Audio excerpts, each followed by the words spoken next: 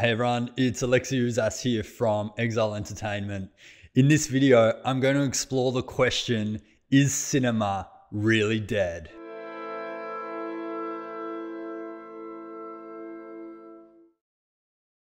Before I get started, if you agree with me that cinema ain't dead and you want to finance and produce your own films, then I encourage you to stick around until the end of this video, where I'll be talking about how you can work with me and my team at Exile Entertainment. Now, for the best filmmaking advice, make sure you subscribe to this channel and hit the bell to be notified when we post a video. Okay, so the way that I think about this question is this: are we still in the high renaissance?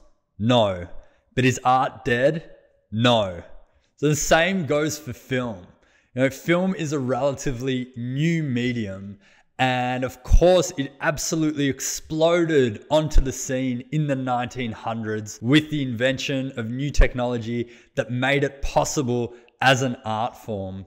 But to think that film is somehow dead, or that cinema is somehow dead, to me makes absolutely no sense. It's still such a young medium, and I think there's so much that still needs to be explored, that is going to be explored. And what will likely happen, like has happened in art, is it's going to go through different cycles, different peaks, different troughs, different iterations. But now that it is established as an artistic medium, my view is that it's going to be around forever. Now, is cinema going dead? That's a totally different question, but it's something that I'm also going to address in this video, because right now it doesn't seem like cinema going is dead either. So that's the first thing that I want to bring up. So if you look at where we are right now in terms of these cycles that happen in the film industry, you can trace it back to, let's start from, say, the 70s. So we had the explosion of the Hollywood New Wave at that time. Indie filmmakers were being financed by large studios, and that lasted till around 81.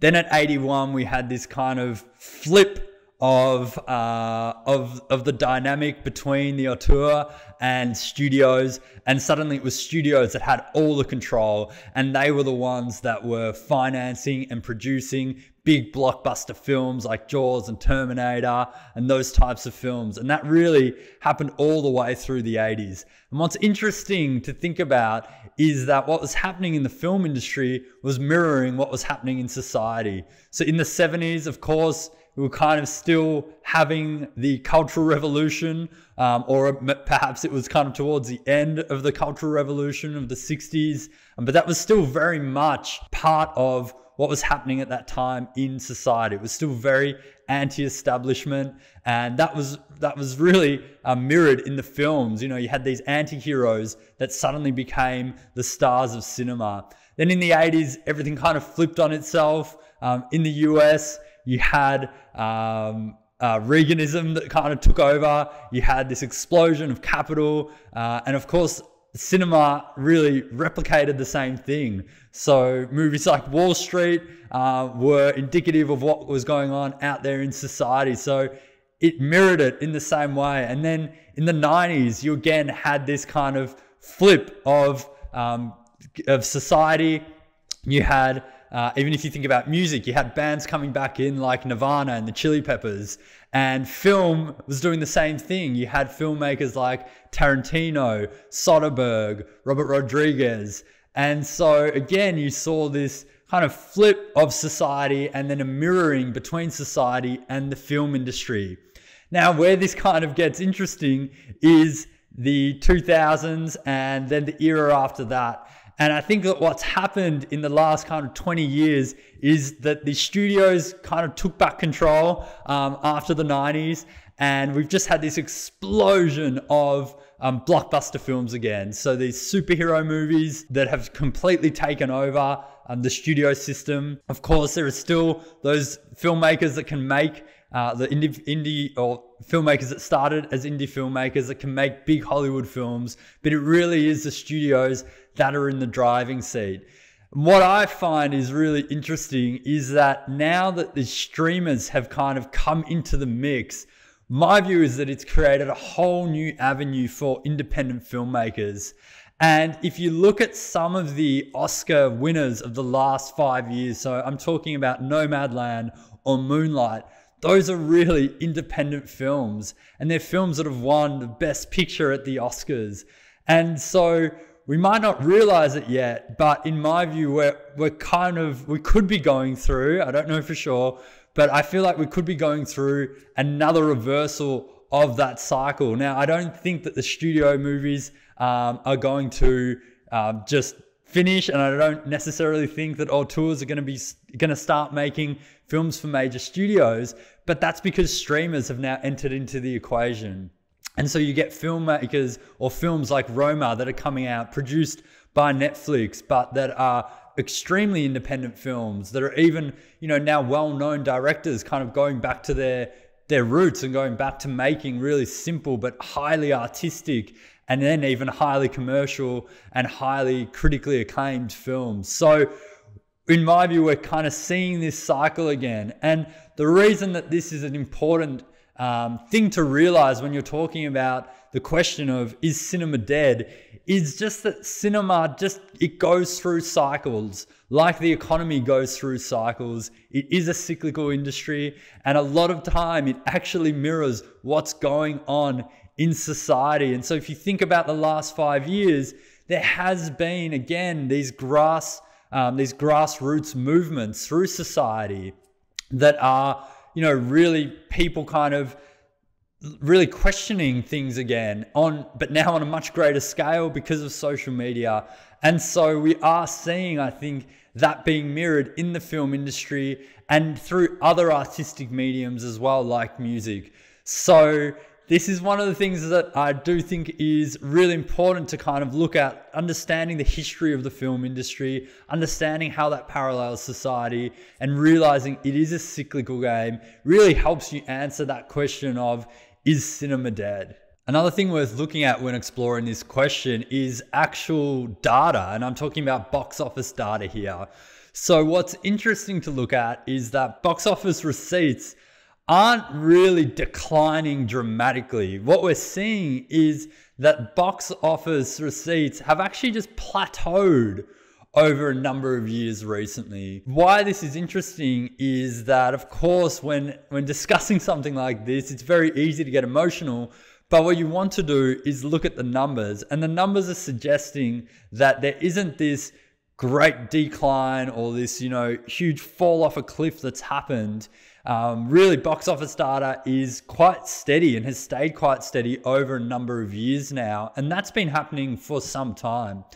And of course, I think the makeup of box office data has changed. So like I was saying just previously in this video, studio films and Marvel films, those are the ones that are dominating the box office.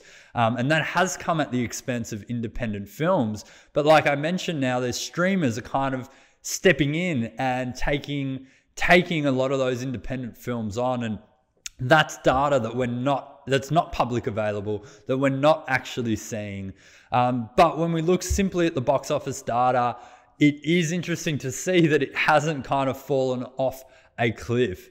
And so this is another indicator that cinema isn't dead, and cinema going isn't necessarily dead either, right? So this I think is something that's really interesting to look at, particularly with streamers. And of course, in the last year, we've had the pandemic. So of course, we're going to see a decrease in cinema numbers in the past 12 months, or now even kind of 15 months from this video. But what will be interesting to see is when we come out of this pandemic, whether those box office numbers bounce back, whether they go back to the pre kind of COVID numbers, and where that sits. So of course, when exploring this question of whether cinema is dead, you've got to look at the numbers. The final thing that I want to explore is the notion that cinema in the traditional sense, cinema going, movies that are made specifically for the theatrical experience are dead, and that now that streaming is kind of really coming into it and is becoming such a big part of how consumers watch film, that cinema in the traditional sense is dead. And this is something that for me, I've just never kind of subscribed to. And the reason is that whether a film is projected in a cinema or it's watched at home, projected through a TV screen, is that the craftsmanship is still the same.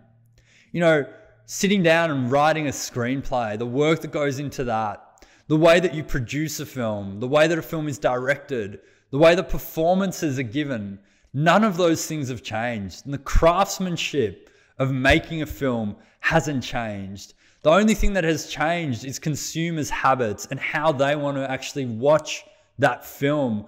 And so even if you raise the argument that, the traditional way, traditional cinema or the traditional cinema going experience is dead, I can understand that when you're talking about just sitting in a theater, but I don't think that I can agree to that position when we're talking about cinema and creating films, because like I said, the craftsmanship that goes into making a film is the same regardless of where the film is ultimately watched. And I think that that's the important thing, because we're talking about an artistic endeavor. We're talking about really the making of that piece of artistic work. And that's what counts in my view. That's the thing that is important to keep in mind. Okay, so that's it for this video. If you like the video, if you think cinema's not dead, hit the like button.